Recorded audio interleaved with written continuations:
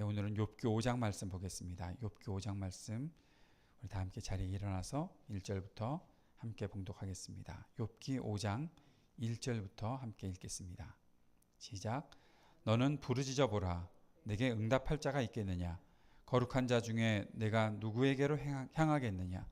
분노가 미련한 자를 죽이고 시기가 어리석은 자를 멸하느니라. 내가 미련한 자가 뿌리 내리는 것을 보고 그의 집을 당장에 저주하였노라. 그의 자식들은 구원에서 멀고 성문에서 억눌리나 구하는 자가 없으며 그가 추수한 것은 줄인 자가 먹되 덫에 걸린 것도 빼앗으며 올무가 그의 재산을 향하여 입을 벌리느니라. 재난은 티끌에서 일어나는 것이 아니며 고생은 흙에서 나는 것이 아니니라. 사람은 고생을 위하여 났으니 불꽃이 위로 날아가는 것 같으니라. 나라면 하나님을 찾겠고 내 일을 하나님께 의탁하리라. 하나님은 헤아릴 수 없이 큰 일을 행하시며 기이한 일을 셀 수 없이 행하시나니 비를 땅에 내리시고 물을 밭에 보내시며 낮은 자를 높이 드시고 애국하는 자를 일으키사 구원에 이르게 하시느니라. 하나님은 교활한 자의 계교를 꺾으사 그들의 손이 성공하지 못하게 하시며 지혜로운 자가 자기의 계략에 빠지게 하시며 간교한 자의 계략을 무너뜨리심으로 그들은 낮에도 어두움을 만나고 대낮에도 더듬기를 밤과 같이 하느니라. 하나님은 가난한 자를 강한 자의 칼과 그 입에서 또한 그들의 손에서 구출하여 주시나니 그러므로 가난한 자가 희망이 있고 악행이 스스로 입을 다무느니라. 볼지어다 하나님께 징계받는 자에게는 복이 있나니 그런즉 너는 전능자의 징계를 업신여기지 말지니라. 하나님은 아프게 하시다가 싸매시며 상하게 하시다가 그의 손으로 고치시나니 6가지 환난에서 너를 구원하시며 7가지 환난이라도 그 재앙이 내게 미치지 않게 하시며 기근 때의 죽음에서 전쟁 때의 칼의 위협에서 너를 구원하실 터인즉 내가 혀의 채찍을 피하여 숨을 수가 있고 멸망이 올 때에도 두려워하지 아니할 것이라. 너는 멸망과 기근을 비웃으며 들짐승을 두려워하지 말라. 들에 있는 돌이 너와 언약을 맺겠고 들짐승이 너와 화목하게 살 것이니라. 내가 내 장막의 평안함을 알고 내 우리를 살펴도 잃은 것이 없을 것이며 내 자손이 많아지며 내 후손이 땅의 풀과 같이 될 줄을 내가 알 것이라. 내가 장수하다가 무덤에 이르리니 마치 곡식단을 제때에 들어올림 같으니라. 볼지어다 우리가 연구한 바가 이와 같으니 너는 들어보라. 그러면 내가 알리라. 아멘. 자리에 앉겠습니다. 오늘 27절의 말씀에 보니까 엘리바스가 이렇게 말하고 있네요. 볼지어다 우리가 연구한 바가 이와 같으니 너는 들어보라. 그러면 내가 알리라. 우리가 연구한 바가 이와 같으니 이것에는 2가지 의미가 있다는 생각을 하게 됩니다. 하나는 그동안 배워왔던 것이 이런 것이다. 우리가 이러한 것을 그동안에 배웠었다. 그러니 네가 이것을 다시 기억하고 잘 생각해 봐야 하지 않겠냐라고 말하고 있는 것일 수 있고, 또 하나는 우리가 연구한 바가 욥의 고난을 보면서 그들이 일주일 동안 같이 슬피 울면서 같이 고통스러워했는데 그때 가만히 생각을 해보니까 왜 이렇게 욥이 고난을 당하고 왜 이렇게 욥이 어려운 가운데 빠져 있는지를 생각해 보면서 자기들이 하나님께서 하셨던 일들을 생각해 보니 이러한 결과가 나왔어. 오늘 4장과 5장에 쭉 이야기하고 있던 내용이죠. 이러한 결과가 나왔으니까 네가 이것을 잘 들어야 한다. 그러니 그것을 듣고서 깨달아야 한다. 그렇게 말하고 있는 것입니다. 과연 그들이 배웠던 것이 무엇일까요? 만약에 욥기에 나오는 이 4장 5장의 말씀이 욥에게 적용되는 말이 아니고 일반적으로 하나님의 심판 또 하나님께서 재앙을 내리셨을 때 그때를 보면서 일반적인 이야기로 하고 있는 것이라면 틀린 이야기가 사실 없습니다. 그런데 우리는 이 욥기에서 나오는 욥의 고난과 욥이 왜 고난을 당했는지 이미 우리가 1장, 2장을 통해서 알고 있기 때문에 여기에 대해서 판단하고 있는 것이 어떠한가를 우리가 생각해 보게 되는 것이죠. 욥기는 사실 사색적 신학을 우리에게 요구하는 본문입니다. 사색적 신학이라는 것이 뭔가 하면 고난을 당한다. 왜 고난을 당하지? 하나님께서 의로우시다. 그 하나님의 의로우심이 어떤 의미가 있는 것이지? 하나님께서 우리에게 사랑을 베푸신다. 하나님은 왜 우리들에게 사랑을 베푸시지? 그 사랑이라는 것은 과연 무엇이지? 계속 그 근본적인 질문을 던지면서 생각을 해보는 겁니다. 그것을 가리켜서 사색적 신학이라고 말하는 거죠.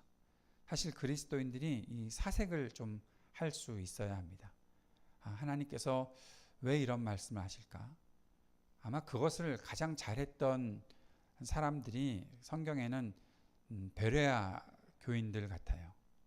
베레아에 있던 사람들이 사도 바울로부터 말씀을 들을 때 그들은 생각해 보았어요. 정말로 그러한가? 그것이 어떤 의미가 있는가? 그것을 생각하면서 말씀을 들었던 것이죠. 그것은 우리들에게 아주 좋은 도전과 교훈을 주는 내용입니다. 하나님 말씀에 무조건 순종하는 것, 좋은 태도입니다. 그런데 그 무조건 순종이 되려면 생각해 봐야 되는 거예요. 우리가 생각해 보고 거기에 대해서 진심으로 아멘 할 수 있어야 그것이 순종이 되는 거예요. 그냥 아무것도 안 하고 아멘 하고 순종하겠다? 사실 그것에는 힘이 없어요. 왜 그런가 하면 왜 순종하는지에 대한 이유를 전혀 모르면 말이 안 되는 거죠. 이런 거예요. 교회에서 어떤 말씀을 들었어요. 어떤 말씀을 들었는데 그것이 어떤 성경 어떤 곳에 나와 있는지를 알고서 그리고 그것이 어떤 문맥 속에서 흘러가는 말씀이었는지를 보고서 이런 흐름 속에서 이러한 상황 속에서 그 말씀이 주어졌었구나. 그래서 내가 그 사실을 알고 깨닫고 내가 아멘 할 수 있고 그렇게 순종해야 되는 것이 마땅하구나.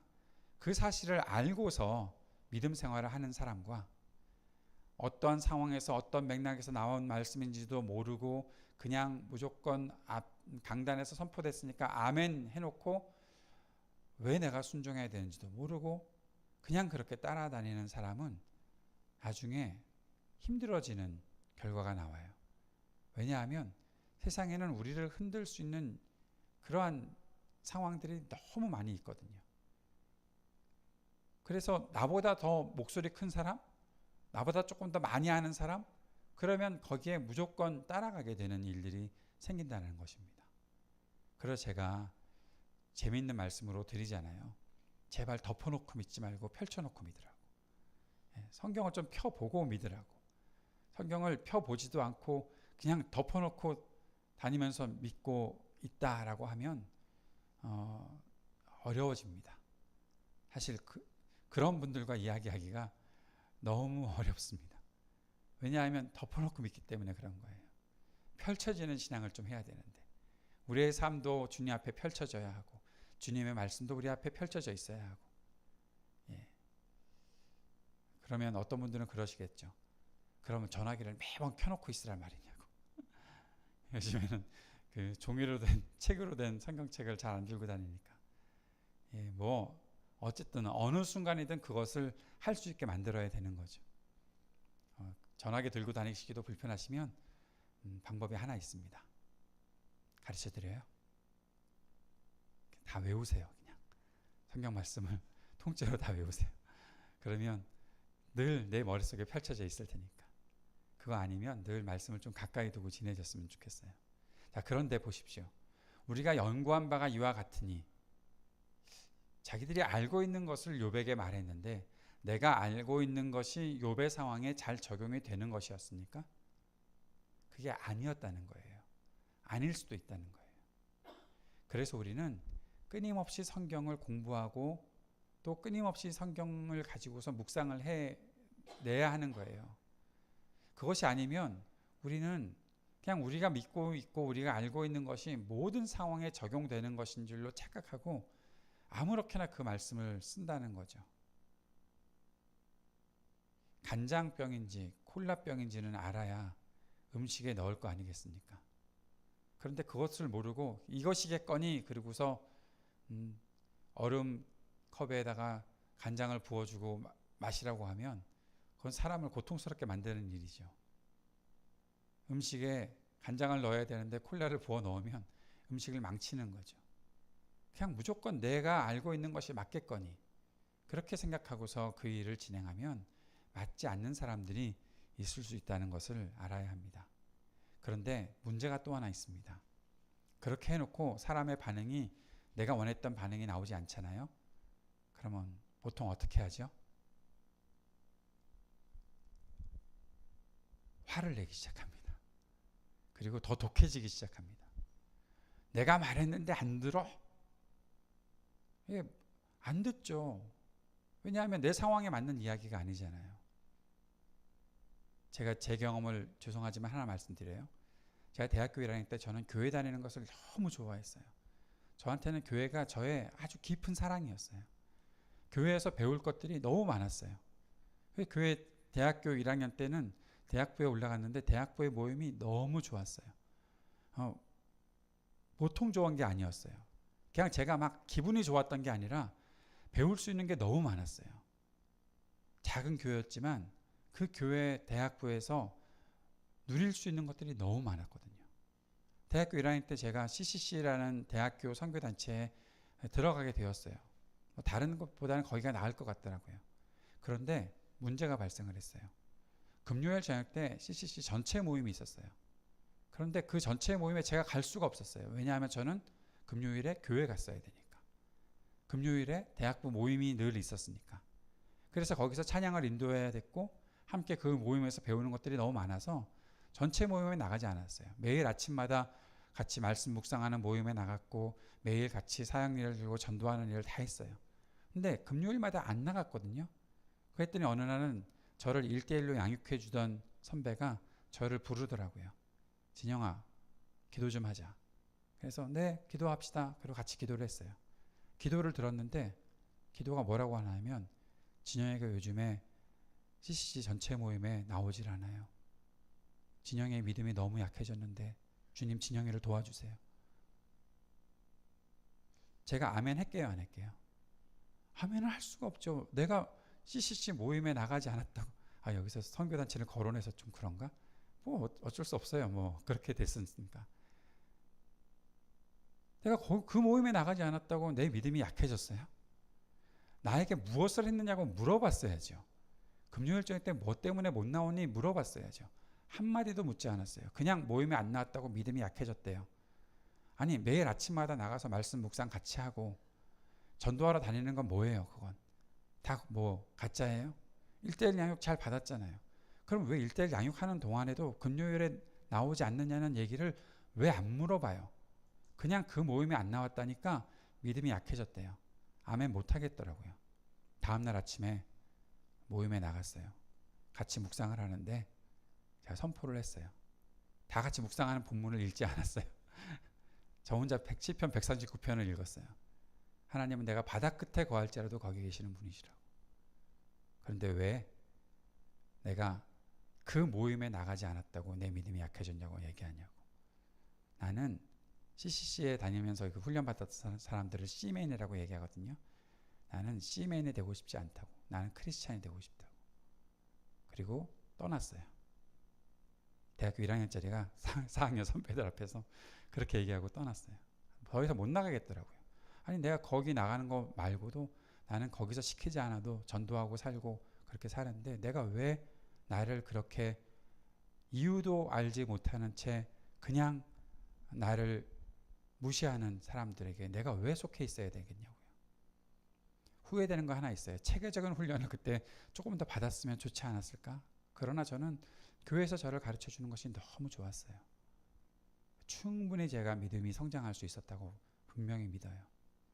우리가 사람들에게 이유도 묻지 않고 사람들의 그 이유도 알지 못하면서 내가 갖고 있는 판단대로 사람들에게 아무거나 적용시켜서 너는 믿음이 약해졌어. 너는 순종하지 않아. 너는 하나님 말씀도 몰라. 막 그렇게 단정지어서 얘기한다는 것은 얼마나 사람을 힘들게 만드는 일입니까? 그것이 관계를 깨뜨리는 일이 될 수도 있고요. 그것 때문에 자기 자신조차도 하나님 앞에서 온전히 서지 못하는 일이 될 수도 있는 것이 아닐까 생각을 합니다. 그런데 그 선배는 저한테 화까지는 내지 않았어요. 그래서 다행이라고 생각을 해요. 근데 엘리바스는 오늘 보니까 점점 화를 내요. 4장에서는 그렇게 뭐 노골적으로 공격하진 않았어요. 애둘러서 이렇게 표현을 했어요.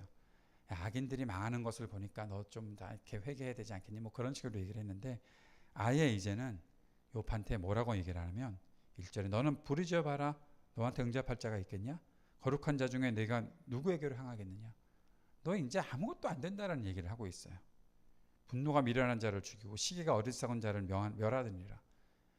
욥이 분노하고 있고 시기를 갖고 있어서 결국에는 어리석게 되어서 다 무너지게 될 수밖에 없다라는 이야기를 하고 있는 거죠. 4절에 보세요. 그의 자식들은 구원에서 멀고 성문에서 억눌리나 구하는 자가 없으며 지금 자식 10명을 잃어버린 욥한테 와서 한다는 소리가 이런 얘기입니다. 그의 자식들은 구원에서 멀고 애매하게 죽은 욥의 자녀들이 구원받지 못한다는 거예요. 여러분 자식을 잃어버린 슬픔이 얼마나 큰데 거기에 대놓고 사고로 죽었는데 구원받지 못한다? 야, 너 자녀들 구원받지 못해. 여러분 이게 할 소리입니까? 그러면서 6절과 7절의 말씀에 재난은 티끌에서 일어나는 것이 아니며 고생은 흙에서 나는 것이 아니다 라고 얘기해요. 재난과 고생은 반드시 이유가 있다라는 얘기를 하고 있는 거예요. 여기에 우리나라 번역에는 그 반드시라는 말이 빠져 있지만 히브리 원문에는 이 반드시라는 말이 있거든요. 7절에도 마찬가지예요. 반드시 정확하게 사람은 고생을 위하여 났으니 불꽃이 위로 날아가는 것 같다. 불꽃이 위로 가는 것처럼 사람이 이렇게 죄 있는 사람이 고통당하는 것 당연한 일이다. 욥에게 있어서 그의 고난이 당연한 것입니까? 그가 당한 재난이 당연한 것입니까? 그가 당하고 있는 고생이 당연한 것입니까? 욥이 볼 때는 왜 이런 일이 갑자기 생겼지? 라고 말할 수밖에 없는 것인데 그렇게 단정지어서 욥을 이제는 완전히 너가 죄인이야. 세상에 많은 악인들이 결국에는 다 고통을 당하잖아. 그러니까 너를 좀 생각해 봐봐. 너한테 죄가 있는지 없는지. 그러니까 그 죄를 생각하고 회개해 라고 말했던 것에서 이제는 아예 대놓고 욥이 죄인이라고 말하고 있는 것을 보게 되는 것입니다. 어떻게 이렇게 사람을 단정지어서 말할 수 있을까요? 제가 참 부족한 사람이어서 그런지 모르겠지만 저는 살아갈수록 단정지어서 말할 수 있는 것이 참 없다라는 생각이 들어요. 내가 어떻게 무엇을 단정지어서 얘기할 수 있을까? 제가 오로지 단정지어서 말할 수 있는 저의 신앙의 고백은 하나님이 살아계시다는 것과 예수 그리스도가 나의 유일하신 구원자시라는 것과 성경 말씀은 정확하게 살아계신 하나님의 말씀이라는 것과 하나님께서 주신 교회가 하나님의 공동체를 아름답게 만들어가야 하는 그러한 귀한 기초가 된다는 것과 예수 그리스도께서 분명히 다시 오실 것이라는 것 외에는 제가 단정지어서 말할 수 있는 것이 없어요. 누구의 고통을 보면서 무엇 때문이다. 당신이 이렇게 하면 낫는다. 당신이 이렇게 하면 당신이 성공할 수 있다. 당신의 믿음 생활도 이렇게 하면 딱 떨어질 거다. 제가 어느 순간부터 그 설교를 할 때 첫째, 둘째, 셋째로 설교하는 게 저한테는 참 무섭더라고요. 물론 그렇게 설명해야 되는 부분들이 있을 수는 있겠지만 이것만 잘 알고 첫째, 둘째, 셋째만 잘 알면 이게 정확한 정답이니까 그렇게 따라오시면 됩니다. 라고 말하는 설교자들은 제가 존경스럽기도 하고 좀 무서워요. 왜냐하면 저는 못할 거거든요. 그 3가지밖에 없을까요?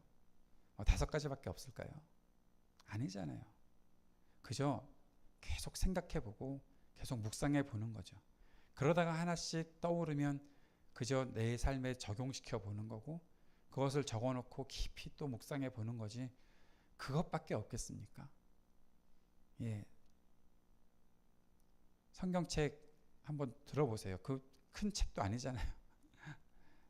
더군다나 또 찬송가 합본이야. 반은 찬송가고 반은 성경책이에요. 그 작은 책 하나를 가지고 끊임없이 우리가 묵상할 때마다 새로운 것이 나오고 또 새롭게 적용해야 될 것들이 있는데 우리가 하나님의 그 놀라우시고 위대하신 말씀을 어떻게 단정지어서 이거다라고만 이야기할 수 있겠냐고요. 믿음을 가지고 있어야 하는 그 기본은 흔들리지 않겠지만 각 사람에게 적용되는 것들이 다르게 나타날 수도 있는 것이 크신 하나님의 섭리이신데 어떻게 그 크신 하나님을 내가 다 알고 있다고 그렇게 말을 하냐고요. 그래놓고 보니까 욥이 죄인이라고요. 욥의 그 고난이 단순히 애매하게 온 것이 아니라고요. 욥이 죄인이니까 그렇게 이러한 고통이 온 거라고요. 욥의 자녀들 그렇게 다 잃어버려서 그 아픔을 갖고 있는데 그 자녀들 욥이 죄를 지었으니까 욥의 자녀들 구원받지 못한다고요? 어디 하나님께서 그렇게 말씀하셨습니까? 그러면서 욥에게 이렇게 말해요. 나라면 하나님을 찾겠고 나의 일을 하나님께 의탁하리라. 뭐 욥이 안 그랬습니까? 욥이 하나님 찾고 있잖아요. 하나님 내가 왜 이렇게 살아야 합니까? 묻고 있잖아요.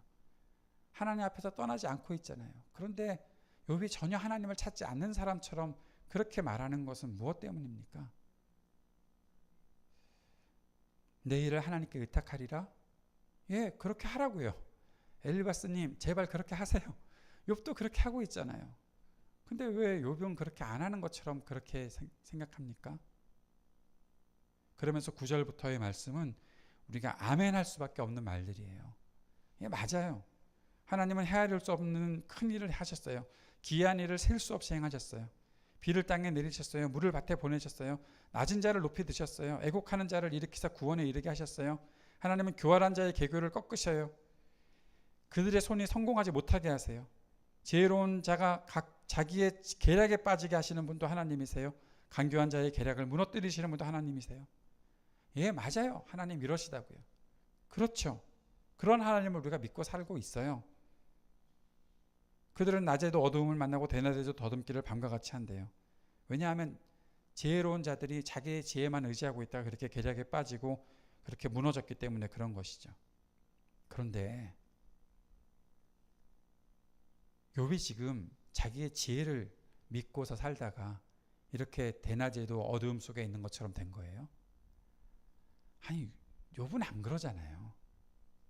4장에서 엘리바스가 뭐라고 얘기했냐면 전에 네가 얼마나 좋은 일을 많이 했고 전에 네가 얼마나 의로운 사람이었는지 내가 알고 있는데 이제 보니까 너 고난당하는 것을 보니까 너 전에 했던 일들 다 아무것도 아니었어. 너 전에 그런 일들을 앞에다가만 이렇게 대충 펼쳐놓기만 했지 너 속으로는 죄짓고 그렇게 살았지. 그러니까 고난당하는 거야 라고 얘기하면서 전에가 이제한테 졌어요.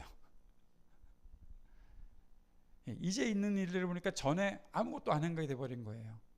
아니 그만큼 노력하며 살고 있었던 욥을 잘 알고 있었다라고 말하는 사람이 이제를 가지고서 그 전에를 다 이겨버리려고 하는 거예요. 이런 생각까지 들었어요. 그렇진 않았겠지만 혹시 엘리바스가 그동안에 욥을 질투했나? 욥이 무너지는 걸 보니까 처음에는 슬퍼하긴 했지만 내가 좀 더 나은 사람이겠구나 라는 그런 생각을 했나? 그러진 않았을 것 같아요. 그런데 제 속에는 그런 마음이 들어요. 왜냐하면 그렇게 사는 사람들이 세상에 되게 많거든요. 잘 나갈 때는 너 잘한다 그러다가요 어느 날 갑자기 좀 어려움을 겪으면 뒤돌아서서 사람들과 수군거리죠. 걔 그럴 줄 알지 않았냐? 뭘 안다고? 걔 그럴 줄 알았어. 아이고 안 됐다 야. 뭔 소리를 하는 거예요. 그런 소리 하는 사람과 똑같아요. 너 다 좋은데 그거 한 가지만 고쳤으면 좋겠다. 아니 그냥 그거 한 가지 고치라고 그래요. 왜 다 좋냐고 그렇게 얘기를 하냐고요. 엘리바스의 이러한 태도가 참 이상합니다. 그러면서 이렇게 얘기를 해요. 하나님은 가난한 자를 강한 자의 칼과 그 입에서 또한 그들의 손에서 구출하여 주신다. 그러므로 가난한 자가 희망이 있고 악행이 스스로 입을 다문다. 지금 이 말이 너무나 맞는 말인데 욥이 가난해진 것이 결국 다 자기의 죄 때문에 이렇게 된 것입니까? 그러면 세상의 모든 가난한 자들이 그렇게 된 것이 다 그들의 죄 때문에 그렇게 된 것입니까? 아니잖아요. 강한 자들에게 자신이 갖고 있던 모든 것들을 빼앗겨서 가난하게 된 사람도 있잖아요. 사회적인 구조가 가난한 자들을 도무지 살 수 없게 만들었기 때문에 그럴 수도 있잖아요. 그런데 왜 그런 것들은 생각하지 않고 이렇게만 판단하냐고요. 그러면서 17절에 아주 이런 말을 합니다. 볼지어다 하나님께 징계받는 자에게는 복이 있나니 그런즉 너는 전능자의 징계를 업신여기지 말지니라. 이게 그 마태복음의 5장에 팔복에서 말씀하고 있는 그 구주랑 똑같은 겁니다. 팔복에서 그렇게 말하잖아요. 복인 뭐라고 얘기했죠? 심령이 가난한 자는 복이 있나니 천국이 저희 것이며 그랬잖아요. 근데 그 말이 우리나라 번역으로는 그렇게 돼 있지만 원래 어원 그 어수는 이거예요. 복되도다 심령이 가난한 사람들이요. 왜냐하면 너희들에게는 천국이 있기 때문이다. 그렇게 말하는 거거든요. 그러니까 지금 욥한테 막 그렇게 얘기하다가 복되도다 너 징계를 받는 사람이요. 갑자기 감탄문을 말을 해요. 욥이 지금 이렇게 고난당하고 있는데 복되다고요. 하나님께서 너를 징계해 주시니 아니 욥이 얼마나 고통스러운데 지금 그 징계가 복되다고 얘기를 합니까? 이것이 지금 할 소리는 아니잖아요. 욥이 깨달아 가면서 그런 일이 있을지 모르겠지만 지금 이렇게 욥에게 와서 애매하게 고난당하는 사람에게 와서 복되도다 징계를 받는 사람이요. 왜 이렇게 될까요? 하나님께서 너를 6가지 환난에서도 구원하셨지만 7가지 환난에서도 구원하실 테니까 그러니까 빨리 너 하나님과 화해해라 라는 거죠.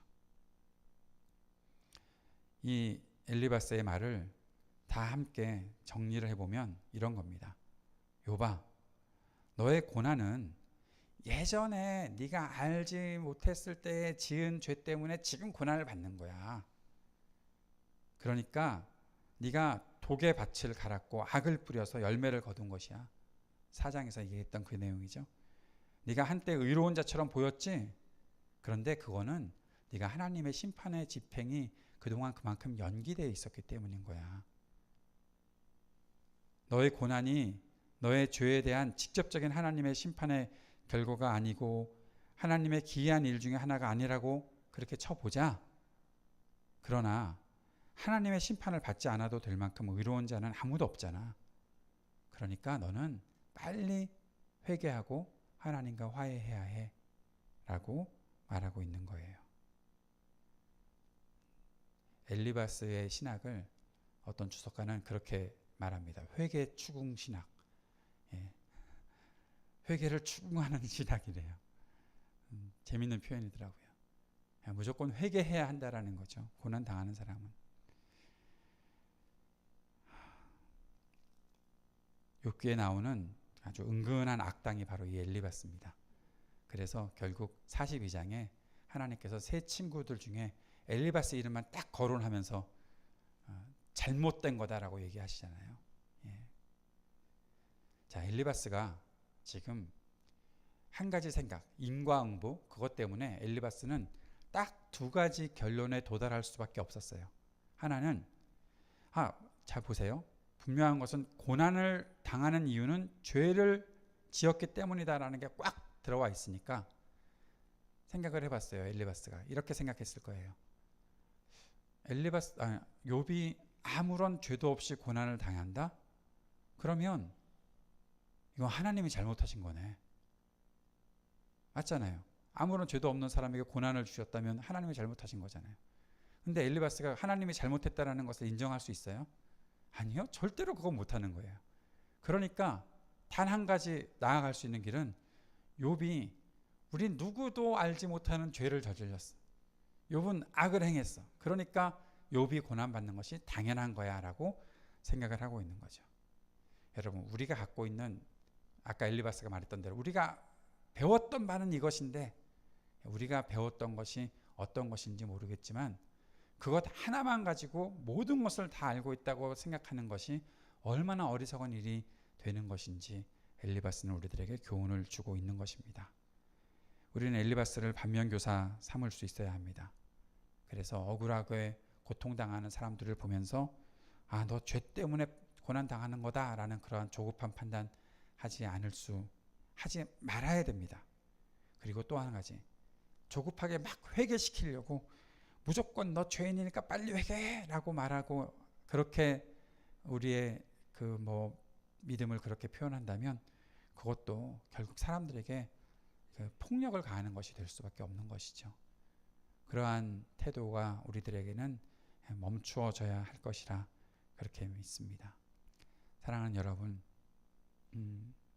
우리가 믿음 생활 잘하고 있는 사람들이고 또 하나님께서 우리가 이렇게 기도할 수 있는 이 시간, 이 자리에 우리를 부르셨다는 것은 우리의 돌봄을 받아야 될 사람들이 참 많이 있기 때문에, 우리가 사람들을 위해서 기도해야 될 사람들이 참 많기 때문에 우리를 이 자리로 부르셨다고 저는 믿습니다. 그런데 그러한 우리가 끊임없이 하나님 말씀을 배워가야 합니다. 목사인 저도 계속 배울 것들이 너무너무 많습니다. 배움이 멈춰지면 결국에는 저는 고정되어 있는 저의 생각만 가지고 모든 것들을 다 할 수 있겠다고 생각하는 그런 오만한 자가 될 수도 있겠다는 생각을 하는 거죠. 끊임없이 배워야 합니다. 끊임없이 성경을 펴고 연구해야 합니다. 내가 너무나 잘 아는 말씀이라 할지라도 그 말씀이 나에게 어떻게 적용될 것인지, 그 말씀이 내 친구들에게 어떻게 적용될 것인지 생각하기 위해 또 연구하고 공부해야 하는 것이 목사가 해야 될 일이고, 또 함께 기도하고 말씀 묵상하는 사람들이 꼭 가지고 있어야 하는 신앙의 태도라는 사실을 우리가 기억할 수 있었으면 좋겠습니다. 오늘 이 아침 우리가 기도할 때 주님, 우리가 그렇게 겸손한 태도로 주님 말씀을 잘 배울 수 있도록 도와달라고 간절히 기도하고, 그렇게 우리가 배워나가는 대로 겸손한 태도로 세상을 바라보고 내 친구들을, 또 내 이웃들을, 내 형제 자매들을 함께 돌보는 그런 우리가 될 수 있게 해주십시오. 우리 교회가 그렇게 서로를 돌보고 격려하는 귀한 공동체 될 수 있도록 인도해 주십시오. 함께 기도하는 시간 가졌으면 좋겠습니다.